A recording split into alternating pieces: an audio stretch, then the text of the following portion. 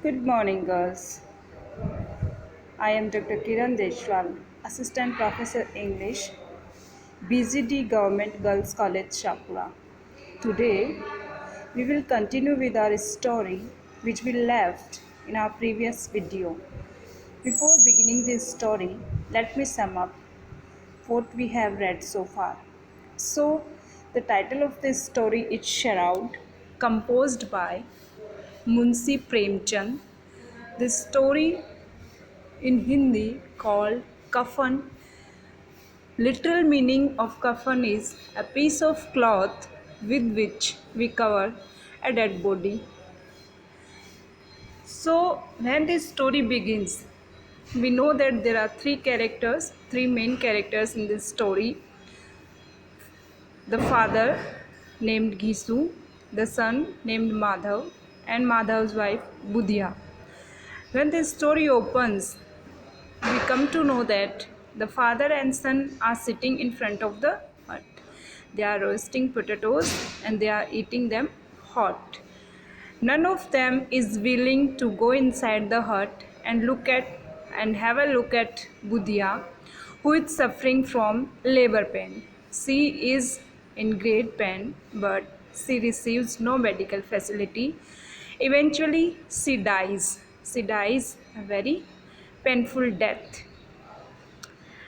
Father and son, after gossiping and eating hot potatoes, go to sleep, and next morning, when they awake, mother finds her wife Budhya dead. Then their drama starts.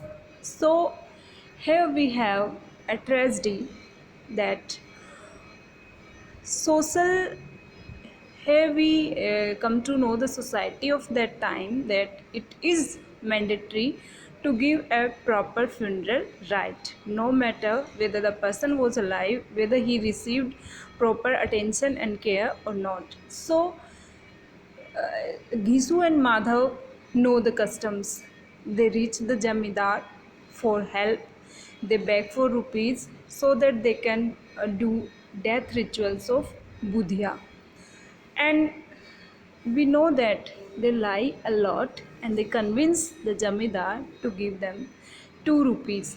So we left our story at the situation where the Jamidar, though he was not willing because he hated both these figures, Gisu and Madhav, because they are lazy, they don't want to do any work. So they reach to the Jamidar and ask for rupees so that they can cremate Budhya.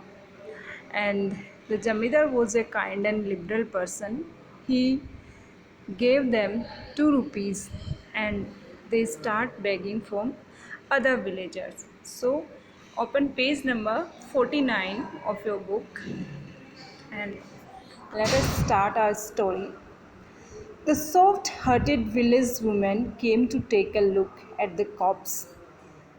The women of the village, who were kind, come for consolence, and they came to take a look at the corpse, at the dead body of Budhya, shed a few tears out of humanity, out of kindness at its helplessness, and went away. They saw that women are really helpless, and Budhya was a poor woman, so she was utterly helpless because of the inactiveness of her father-in-law and of her husband. On reaching the market, Gisu said, they collected the money, they begged from people, they collected it and they reached the market. On reaching the market, Gisu said, there is going to be enough food to cremate her, isn't there, Madhav? He applies his mind that there will be enough food to burn the dead body. Isn't there, Madhav? He asked to his son. Oh, yes, we have enough food. Now we just need the shroud. They just needed the shroud in order to cover the dead body so that they can take it to the cremation ground. Then let us go and pick up some cheap material. They were lazy, we know that, and they are miser too. So they are using their brain. How can they save the money?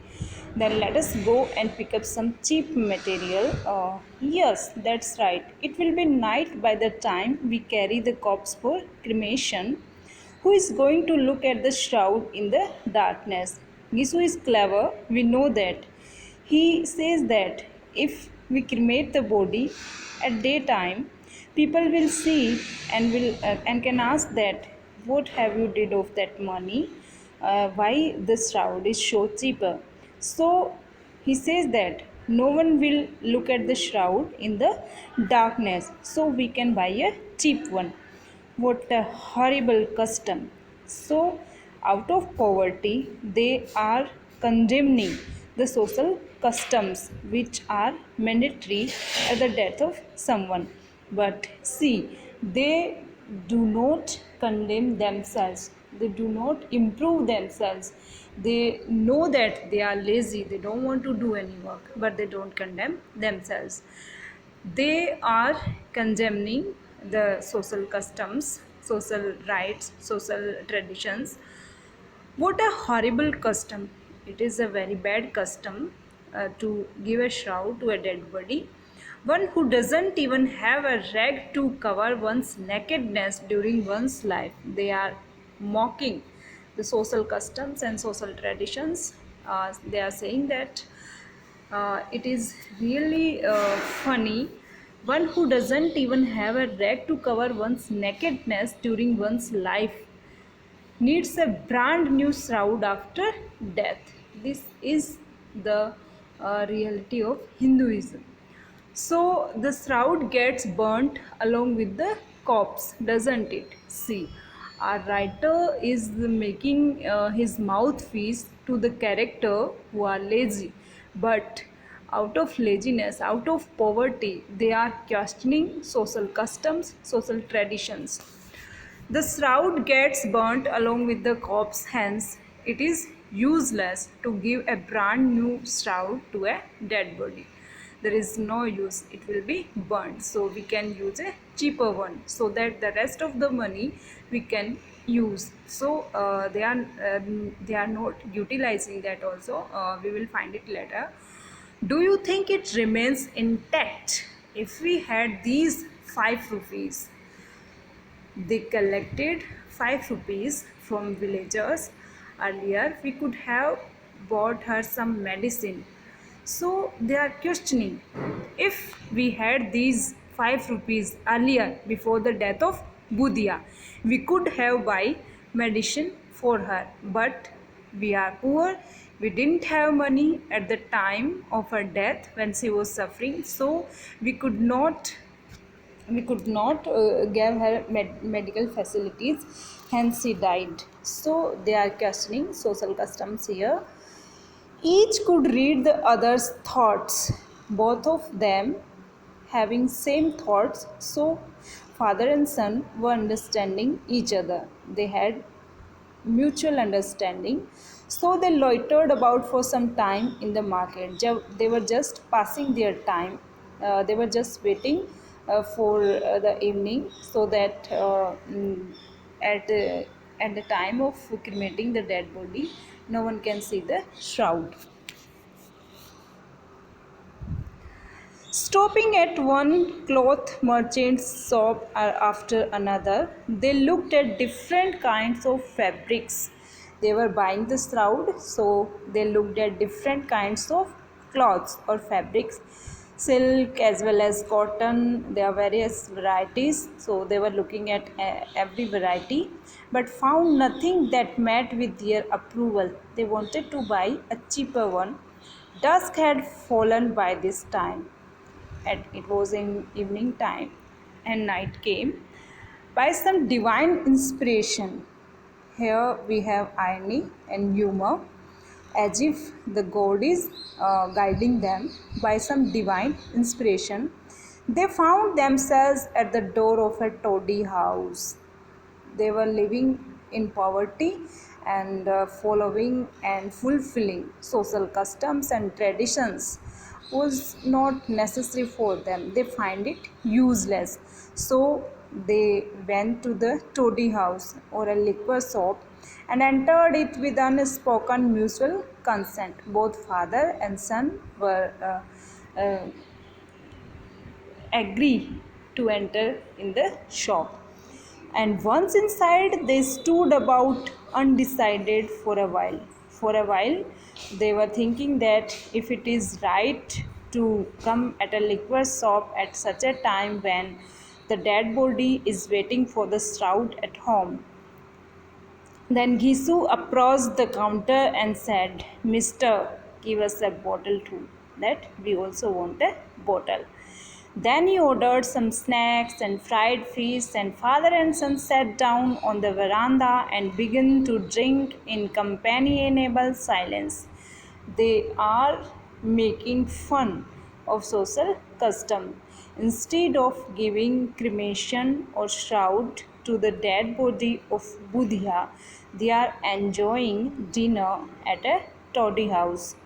After gulping down several cups in a row, the two became quite pleasurably drunk. They drank too much, Gisu said. Now they are ready to criticize the useless social customs. Gisu said, "What's the point of placing a shroud over her? She is dead. There is no point in placing a shroud over the dead body. What, what will she do after it? After all, it gets burnt along with the corpse because it will get burnt along with the corpse, along with the dead body. It is not likely to go with her to her next abode. She is not going to take her with her, to take it with her." Madhav spoke while looking up at the heavens, as though invoking the gods to bear witness, as if she is justifying his act to God and Goddess at the sky, to his complete innocence in the matter, as if he is saying that I am not responsible for this. It is my father who is doing all this. It is the way of the world. Or else, why would people give thousands of rupees to Brahmins? Who is there to ensure whether one gets it back in the next world? So it is just a fabricated custom, so they won't care about it. The rich have money to burn, so let them. We are poor, we don't have money, so what we will burn? What do we have? We don't have anything. But what will you say to everyone? But people have given us rupees for the shroud. So how will we answer it? When people ask where the shroud is, people will ask, you were you went to buy the shroud, where it is? Madhav also laughed. Gisu laughed and said, hell, we will say the money slipped, fell from our waistbands. Gisu is very clever. He knows that it is the time when he can persuade or convince people. So he had the pretend he thinks that he will pretend that I have lost the money. It slipped from my hand. We searched all over but couldn't find it. They might not believe us, but the same people will again give us the money, because he know that in a society it is mandatory to give a shroud to a dead body. Madhav also laughed at this unexpected good fortune and said she was a good woman, poor thing. Even in her death, she ensured us a healthy meal. Madhav said that she was a very good woman. Even after dying, she ensured us a hearty meal. It is due to her that we are having this meal. They had polished off almost half the bottle by now. They were just drinking. Gisu sent for 4 pounds of puris. He ordered 4 pounds of puris because today they have the money and they can eat what they like. And also chutney, pickles, and braised liver to go with it. There was a shop right in front of the toddy house. Madhav ran to do his father's bidding and returned with 2 leaden leaf pallets. They are having their meal according to their will, with leaf pellets, puri, chutney, pickles. It cost exactly 2.5 rupees. Now all they had left with were a few paise. They wasted all the money. They had dinner of that money and they were left with few paisas. The two of them sat there, gorging themselves on the puris in the manner of the lord of the jungle, feasting on a prize catch. They were having their dinner like the lion of the forest. Neither fear, there was no fear and worry at all at their faces of accountability nor concern. They were not worried at all, for scandal worried them at this moment. They were not worried that they are doing a scandal.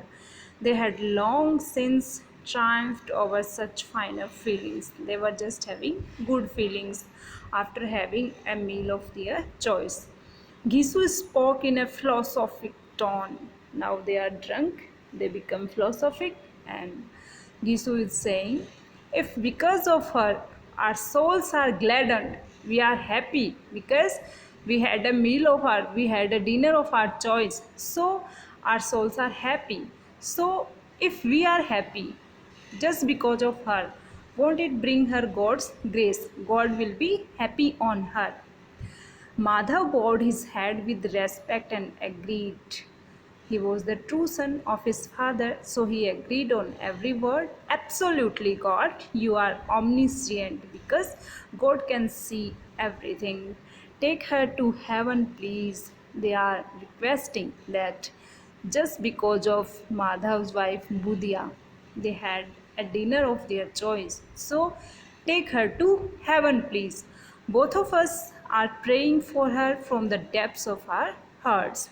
I had never tasted such food as I have eaten today in my entire life. These are Madhav's words. So he is saying that I had the dinner, the best dinner of my life, and this is just because of my wife's death. So please, God, take my wife to heaven. A minute later, a doubt rose in Madhav's mind. He said, say, Father, won't we also be going there someday or other? Man is mortal and every human being has to die. So he is asking that one day we both of us will also reach there. So Gisu forbore to answer such a naive query. Gisu is uh, Gisu is angry that is this the time to ask such a foolish question? He said, say, Father, won't we also be going there someday or the other? Gisu forbore to answer such an query. He didn't want thoughts of the other world to intrude upon his present state of bliss. He is enjoying now and he don't want any hurdle, any negative thought in such a enjoying. Suppose he asked us there why we didn't give her a shout, what will we say? It is a very nice question. The son asked that if after one day we will also reach there where she has gone, and what happened if she asked that why didn't we give her a shout, then what will we say, what would be our reply? We will tell her to get lost. Gisu don't want to hear anything right now. Thanks for watching. We will be continue with this story tomorrow.